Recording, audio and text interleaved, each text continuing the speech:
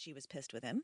It was unreasonable that she stalked me for it and made my life hell, particularly when she was the one he had cheated on me with in the first place. Yet somehow she didn't see the irony in all of this. Let me think about that. Bacon or church? Bacon or church? Well, it's really a no-brainer, Kendall. I'm an atheist, so I think I better go with the bacon, I said, smirking at the way her mouth popped open. I did enjoy riling her up. What could I say? I have a penchant for trouble. Is that Satan talking, or just your jealousy, Ruby? You should have known that Josh would find his way to our Lord with or without you. This was too much. I couldn't hold back my laughter, and I failed miserably when I tried to disguise it as a cough. Kendall, I hate to be the bearer of bad news, but we split up because he fucked you in a broom closet. And unless God is what you call your vagina nowadays, I think you're fooling yourself. I gave her my most mocking of smiles and made a shooing motion with my hand. Even beneath the orange of her spray tan, I could see her face reddening. She thought she could come in here, in my sacred space, and offend me, slander me and throw my breakup out there for everyone to see. She thought it would embarrass me. What she failed to see was that I didn't care. Josh was someone to pass time with, and his dick got the better of him.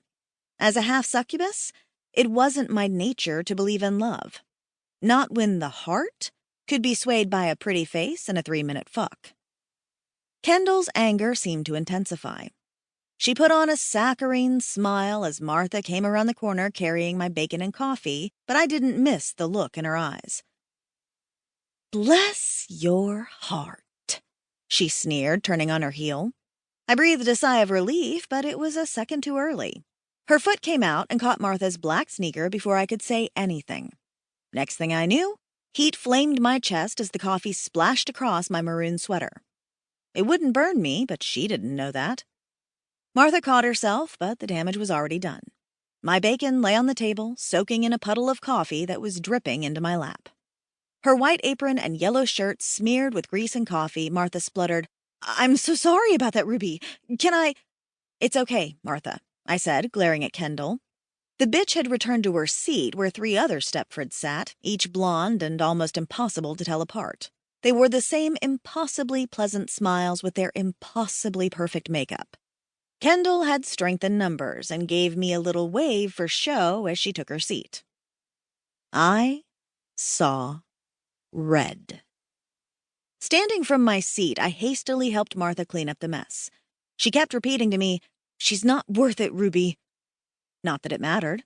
Someone needed to teach Ms. Upstanding Citizen a lesson. This was the 3rd time she'd tried to corner me this week, and while it was funny playing with her, what she just did was unacceptable. Not that I deserved any of this, but Martha certainly did not. She wasn't even involved. Kendall could fuck with me all she wanted, but dragging Martha into this and nearly hurting her crossed the line of bullshit I was willing to take. It was time for her to reap the consequences for being a shitty human being. I placed a 10 on the table and left the diner without another word. The door jingled as it swung shut behind me, and I turned my eyes on Kendall's baby blue Mustang. A fit of glee came over me as my inner demon smiled.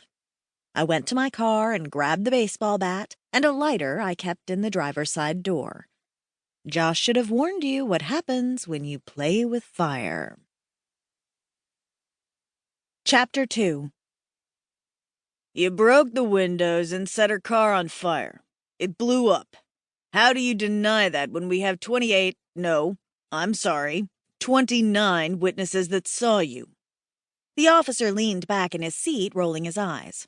The cops picked me up half an hour after I did it and dragged me back to their cesspool of a police station. Joe Schmo and I had been going back and forth for the last 15 minutes as he attempted to persuade me to admit guilt and pay for Kendall's car. Not fucking happening. At least, not without a fight. They could be lying, I shrugged, leaning back in my own chair and kicking my feet up on the table. My boots clunked against the metal top as bits of mud and grass fell off. They hadn't even bothered to handcuff me when I was arrested, but I wasn't exactly new to this. Me and Joe were on a first-name basis. Practically.